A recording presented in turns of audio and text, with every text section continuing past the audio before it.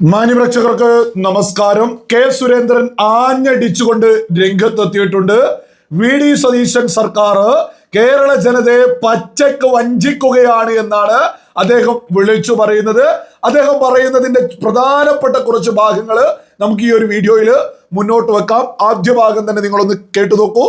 അവര് ജനങ്ങൾക്ക് മുമ്പിൽ പ്രകടന പത്രികയിൽ വെച്ച ഒരു വാഗ്ദാനവും പാലിക്കാൻ പോകുന്നില്ല എന്നുള്ളതിന്റെ കൃത്യമായിട്ടുള്ള സൂചനകളാണ് ആദ്യ ദിവസങ്ങളിൽ തന്നെ തെളിയുന്നത്.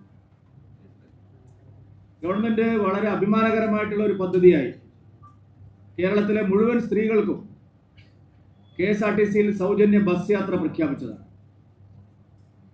എന്നാൽ ഇപ്പോൾ പറയുന്നത് കേവലം ഓർഡിനറി ബസ്സുകളിൽ മാത്രം 100 ദിവസത്തേക്ക് ഒരു പരീക്ഷണ അടിസ്ഥാനത്തിൽ മാത്രമാണ് അനുവദിക്കാൻ പോകുന്നത്. അങ്ങനെയല്ലല്ലോ പ്രകടന പത്രികയിൽ പറഞ്ഞത്.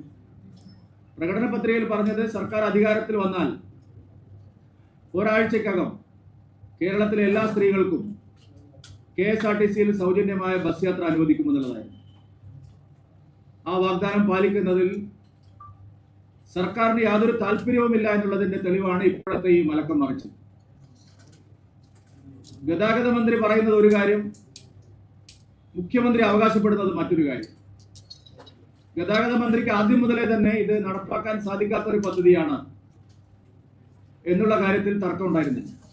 നിങ്ങൾ കേട്ടില്ലേ, വി ഡി സതീശൻ സർക്കാർ തിരഞ്ഞെടുപ്പ് സമയത്ത് പറഞ്ഞ യാതൊന്നും ജനങ്ങൾക്ക് വേണ്ടി ചെയ്യുന്നില്ല എന്നുള്ളത് കൃത്യമായിട്ട് എണ്ണിയാണ് അദ്ദേഹം മുന്നോട്ട് വെക്കുന്നത്. അദ്ദേഹം പറഞ്ഞതിന്റെ കുറച്ച് ഭാഗങ്ങൾ കൂടി നമുക്ക് ഈ ഒരു വീഡിയോയിൽ മുന്നോട്ട് വെക്കാം.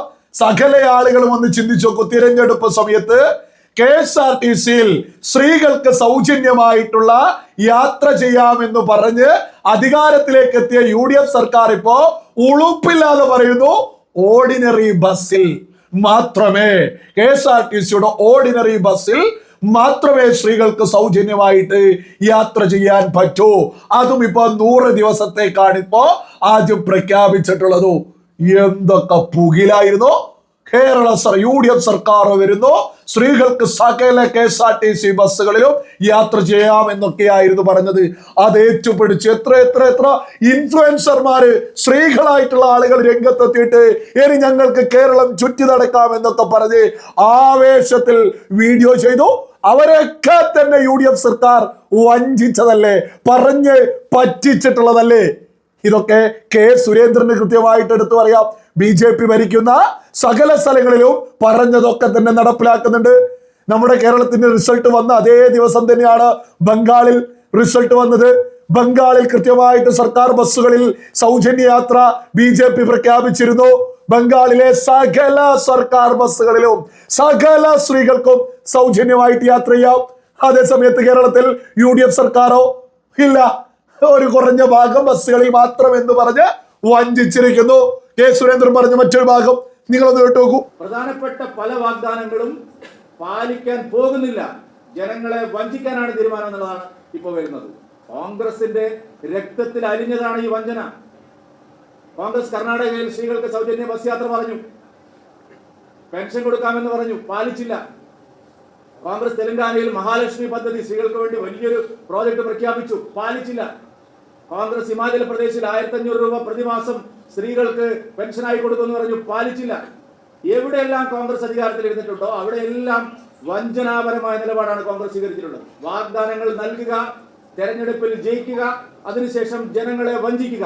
ഇത് കോൺഗ്രസിന്റെ രക്തത്തിൽ അലിഞ്ഞതാണ്, കോൺഗ്രസിന്റെ DNA ആണ്. അവർ കേന്ദ്രത്തിൽ അധികാരത്തിലിരിക്കുമ്പോഴും അവർ സംസ്ഥാനങ്ങളിൽ ഭരിക്കുമ്പോഴും ഇത് തന്നെയാണ് ചെയ്തത്. 60 കൊല്ലം ഈ രാജ്യം ഭരിച്ച അതേ വഞ്ചന അവർ കാണിച്ചു. എല്ലാ സംസ്ഥാനങ്ങളിലും ഈ വഞ്ചനയാണ് കോൺഗ്രസ്. അതേസമയം BJP ഭരിക്കുന്ന സംസ്ഥാനങ്ങൾ നിങ്ങൾ നോക്കൂ. കേരളത്തോടൊപ്പം സത്യപ്രതിജ്ഞ സംസ്ഥാനമാണ് ബംഗാൾ. ബംഗാളിൽ സൗജന്യ യാത്ര യാഥാർത്ഥ്യമായിരിക്കുന്നു. ബംഗാളിൽ മമതാ സർക്കാർ തടഞ്ഞു വെച്ച PM ആവാസ് യോജനയിൽ ഒപ്പിട്ടിരിക്കുന്നു. ബംഗാളിൽ PM അർബൻ ആവാസ് യോജനയിൽ ഒപ്പിട്ടിരിക്കുന്നു. ബംഗാളിൽ പെൻഷൻ കൊടുക്കാൻ തുടങ്ങിയിരിക്കുന്നു. എല്ലാം അവരുടെ അക്കൗണ്ടിൽ വരാൻ തുടങ്ങി. നിങ്ങൾ പരിശോധിക്കൂ. BJP ഭരിക്കുന്ന സംസ്ഥാനങ്ങളിലെല്ലാം എന്തെല്ലാം വാഗ്ദാനങ്ങൾ പറഞ്ഞിട്ടുണ്ടോ? ഇവിടെ എത്രയായിരുന്നു ആശാ വർക്കർമാരുടെ സമരപ്പന്തലിൽ പോയി വി ഡി സതീശൻ പറഞ്ഞത്? എത്രയാ കൊടുത്തത്? ആശാ വർക്കർമാരുടെ സമരപ്പന്തലിൽ പോയി വി ഡി സതീശൻ അവർക്ക് നൽകിയ വാഗ്ദാനം എത്രയായിരുന്നു? ഇവിടെ എത്ര കൊടുത്തത്? ഇവിടെ ഏത് വാഗ്ദാനം പാലിക്കാനാണ് സർക്കാർ തീരുമാനിക്കുന്നത്? ഒരു വാഗ്ദാനവും പാലിക്കാൻ സർക്കാർ തയ്യാറില്ല.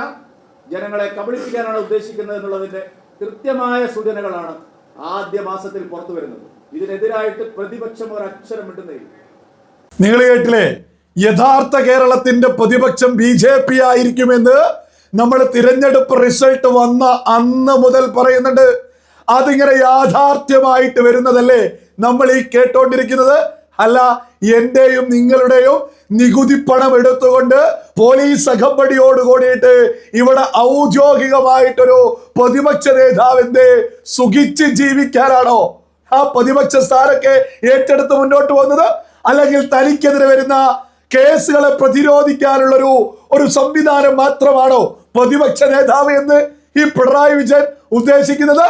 കേരള ജനതയ്ക്ക് വേണ്ടി ആദ്യം ശബ്ദിക്കേണ്ടത്, ആദ്യം നാം ഉയർത്തേണ്ടത് നമ്മുടെ കേരളത്തിന്റെ ഔദ്യോഗിക പ്രതിപക്ഷ നേതാവ് പിണറായി വിജയനാണ്. ഈ പിണറായി വിജയനെ നമ്മൾ ആരും കാണുന്നില്ല. അദ്ദേഹത്തിന് നേരെ വരുന്ന കേസുകളെ പ്രതിരോധിക്കാനുള്ള നെട്ടോട്ടത്തിലാ. അപ്പൊ എങ്ങനെ കേരള ജനതയ്ക്ക് വേണ്ടി എന്തെങ്കിലും സംസാരിക്കാൻ സമയമുണ്ടാവുക? ഇവിടെ കൃത്യമായിട്ട് BJP പ്രതികരിക്കുന്നു. കേരളത്തിന്റെ പ്രധാനപ്പെട്ട ജനങ്ങൾക്ക് വേണ്ടി ആദ്യം ശബ്ദമുയർത്തുന്ന ജനങ്ങളുടെ മനസ്സിലെ പ്രധാനപ്പെട്ട പ്രതിപക്ഷം BJP ആയി കഴിഞ്ഞു തുടക്കത്തിലെ എന്നുള്ളതാ വലിയ യാഥാർത്ഥ്യം. എത്ര സുന്ദരമായിട്ടാണ് കെ സുരേന്ദ്രൻ ഓരോന്നും എണ്ണി പറഞ്ഞ് മുന്നോട്ട് പോകുന്നത്. VD സതീശൻ ഈ സമയം വരെ പറഞ്ഞ ഒരു കാര്യവും നടപ്പിലാക്കുന്നില്ല. പറഞ്ഞ ഒരു കാര്യവും ഇതേവരെ UDF സർക്കാർ ചെയ്യുന്നില്ല എന്നൊക്കെ എടുത്ത് പറയുന്നത് കെ സുരേന്ദ്രനാണ്. ശബരിമല വിഷയത്തിലെ ആ കൊള്ളയൊക്കെ എതിരെ വലിയ രീതിയിൽ പ്രചരണം നടത്തിയാണ് ഈ പറയുന്ന UDF സർക്കാർ അധികാരത്തിലേക്ക് എത്തിയത്. എന്നിട്ട് ശബരിമല കൊള്ളക്കെതിരെ എന്തെങ്കിലും ഒരു അന്വേഷണം UDF പ്രഖ്യാപിച്ചോ? കേന്ദ്ര ഏജൻസികളെ കൊണ്ട് അന്വേഷിപ്പിക്കണം എന്ന് പറഞ്ഞിട്ട് UDF അന്വേഷിപ്പിച്ചോ? ഇതൊക്കെ കെ സുരേന്ദ്രൻ കൃത്യമായിട്ട് എടുത്തു ചോദിക്കുന്നുണ്ട്. അദ്ദേഹം മറ്റൊരു പ്രധാനപ്പെട്ട കാര്യം എടുത്തു പറയുന്നു. 2019 മുതൽ യുവതീ പ്രവേശനവുമായി ബന്ധപ്പെട്ട് അയ്യപ്പ ഭക്തര് വലിയ പ്രതിഷേധം നടത്തിയിരുന്നു. ആ കേസുകൾ UDF സർക്കാർ അധികാരത്തിലേക്ക് എത്തിയാൽ പിൻവലിക്കുമെന്ന്, അത് ഒഴിവാക്കി തരുമെന്ന് 2019 മുതൽ UDF കൃത്യമായിട്ട് പ്രകടന പത്രികയിൽ ഉൾപ്പെടുത്തിയിരുന്നു. എന്തേ UDF അധികാരത്തിലേക്ക് എത്തിയിട്ട് ഭക്തരുടെ കേസ് ഒഴിവാക്കി കൊടുക്കാത്തത്? ഇനി വന്യജീവി പ്രശ്നം, ഈ പറയുന്ന LDF കേരളം ഭരിക്കുന്ന സമയത്ത് നിരന്തരം VD സതീശൻ ഉൾപ്പെടെ സകല UDFന്റെ നേതാക്കന്മാരും നിരന്തരം LDFനെതിരെ പറഞ്ഞുകൊണ്ടിരുന്നു.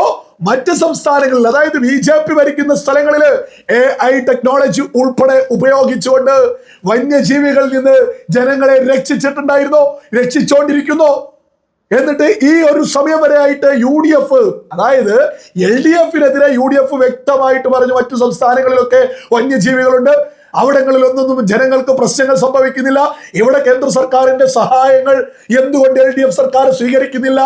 എന്തുകൊണ്ട് LDF സർക്കാർ വന്യജീവികളിൽ നിന്ന് സാധാരണ ജനങ്ങളെ രക്ഷിക്കുന്നില്ല എന്നൊക്കെ ചോദിച്ച് അധികാരത്തിലേക്ക് എത്തിയ UDF സർക്കാർ ഇപ്പോ എന്താണ് ചെയ്യുന്നത്? നമ്മൾ ഈ അടുത്തും വന്യജീവികളുടെ സംഘർഷത്തില് ജീവഹാനികൾ നമ്മുടെ കേരളത്തിൽ ഇന്നും സംഭവിച്ചുകൊണ്ടിരിക്കുക. ഇന്നും വന്യജീവികളുടെ പ്രശ്നങ്ങൾ സംഭവിച്ചുകൊണ്ടിരിക്കുന്നു. UDF സർക്കാർ എന്ത് തേങ്ങയാണ് ചെയ്യുന്നത് എന്ന് കൃത്യമായിട്ട് കെ സുരേന്ദ്രൻ ചോദിക്കുന്നു, BJP ചോദിക്കുന്നു. ഇതൊക്കെ യഥാർത്ഥത്തിൽ ചോദിക്കേണ്ട ഔദ്യോഗിക പ്രതിപക്ഷം തങ്ങൾക്ക് നേരെ വരുന്ന കേസ് പ്രതിരോധിക്കാൻ മാത്രമാണ് അവർക്ക് പ്രതിപക്ഷ സ്ഥാനം എന്നുള്ളതൊക്കെ കേരള ജനത കൃത്യമായിട്ട് തിരിച്ചറിയാം.